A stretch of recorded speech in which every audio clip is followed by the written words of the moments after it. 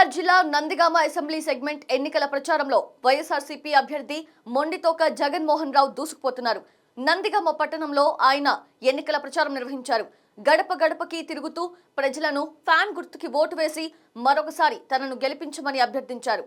ఎన్టీఆర్ జిల్లా Nandigama assembly segment ఎన్నికల ప్రచారంలో వైఎస్ఆర్సీపీ అభ్యర్థి మొండితోక జగన్మోహన్ రావు దూసుకుపోతున్నారు.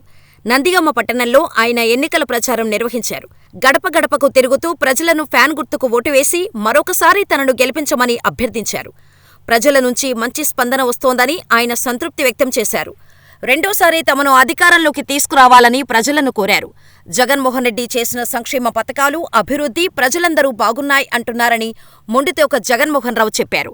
నందిగామ నియోజకవర్గంలో తాము గెలిచిన తర్వాత అందరికీ మంచినీటి, డ్రైనేజీ సౌకర్యాలు కల్పిస్తామని మొండితోక తెలిపారు. ప్రజలు జీవన ప్రమాణాలు పెరిగినాయి. దానికి అనుగుణంగానే అన్ని అడుగుతున్నారు. అవి సమకూర్చే దిశగానే జగన్మోహన్ రెడ్డి గారి మేనిఫెస్టో ఉందని చెప్పడానికి గర్వపడుతున్నా. ఖచ్చితంగా ఇవన్నీ చేస్తాం. ఇలాంటి మేనిఫెస్టో తోటి ఏదైతే అభివృద్ధి సంక్షేమాన్ని ఇస్తూ దాన్ని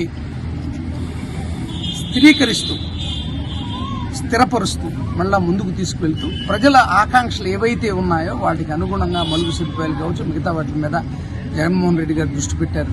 కాబట్టి ఖచ్చితంగా ఆంధ్రప్రదేశ్ రూపురేఖలు మారుతాయని మరొకసారి అందరికీ తెలియజేస్తూ మీ యొక్క సపోర్ట్ని, ఎందుకంటే అవకాశం ఇచ్చారు 5 సంవత్సరాల్లో.